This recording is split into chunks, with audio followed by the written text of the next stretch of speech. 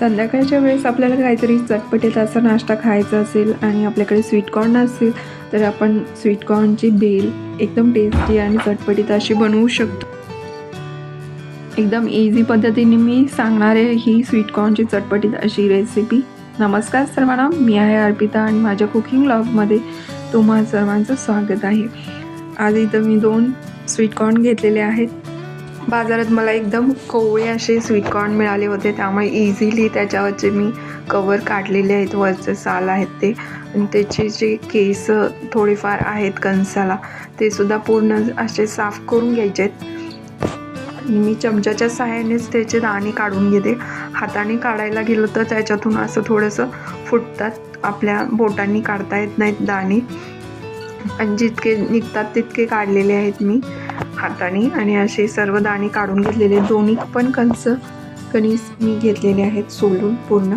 आणि तव्यामध्ये मी चांगले फ्राय करून घेणार आहे 5 मिनटापर्यंत. स्वीटकॉर्न ही कोवळी असल्यामुळे जास्त वेळ लागणार नाही आहे त्यांना फ्राय करायला, लगेचच झटपट होणार आहेत हे. काही जण ह्याच्यात पाण्यामध्ये उकळून पण घेतात, थोडे शिजवून घेतात, उकडल्यासारखे करतात, पण मी ते चांगले फ्राय केलेले आहेत जेणेकरून जास्त टेस्ट चांगली येते फ्राय केल्यामुळे.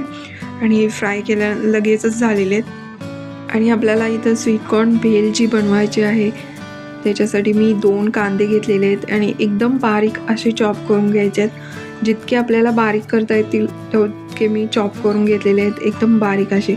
आणि टॅमॅटोसुद्धा असेच बारीक चॉप केलेले आहेत. जितकं बारीक आपल्याला चॉप करता येतील तेवढी करायची आहेत, जेणेकरून छान असं टेस्टी ही स्वीटकॉर्नची भेल बनते. आणि आता ही कोथिंबीरसुद्धा पूर्ण बारीक केलेली आहेत. आणि स्वीटकॉर्न थंड झाल्यानंतर मी एका डिशमध्ये ह्या घेतलेले आहेत. स्वीटकॉर्नची भेल ही खूपच छान टेस्टी होते, एकदम अमेझिंग टेस्ट येते ह्याला. कांदा, टॅमॅटो, कोथिंबीर आणि वरतून थोडंसं मीठ चवीनुसार घालायचं आहे ह्याच्यामध्ये. खूपच इझी पद्धतीने मी सांगितलेलं आहे, पण एकदम छान असं टेस्टी होतं ही स्वीटकॉर्नची भेल. आणि ह्याच्यामध्ये थोडंसं आंबटपणा येण्यासाठी एक अर्धा लिंबू होईल एवढा पिळून घ्यायचा आहे. आता इथून कोथिंबीर पण बारीक चिरलेली मी ॲड केलेली आहे. आणि वरतून थोडंसं चवीनुसार मीठ घालायचं आहे. काश्मीरी लाल तिखट इथं मिरची पावडरचा मी यूज केलेला आहे, 1 चमचा होईल एवढं मिरची पावडर घालायचं आहे तिखटपणासाठी. आपल्याला जितकं कमी जास्त हवं असेल तितकी आपण मिरची पावडर त्याला घालायची. आणि थोडासाच 1/2 चमचा अगदी चाट मसाला गरज असेल तर, नाहीतर आपण चाट मसाला जरी नाही घातला तरीसुद्धा ही स्वीटकॉर्नची भेल छान होते. आणि एक अर्धा लिंबू ह्याच्यामध्ये पिळून घ्यायचं आहे. आणि हे चांगलं एकसारखं असं मिक्स करून घ्यायचं आहे. एकदमच 5-10 मिनटातच आपली ही भेल तयार होते आणि एकदम छान टेस्टी अशी सगळ्यांना आवडणारी. आणि ज्यावेळी तुम्ही स्वीटकॉर्न घरी आणाल तर त्यावेळी नक्की अशा प्रकारेच करून तुम्ही खाल.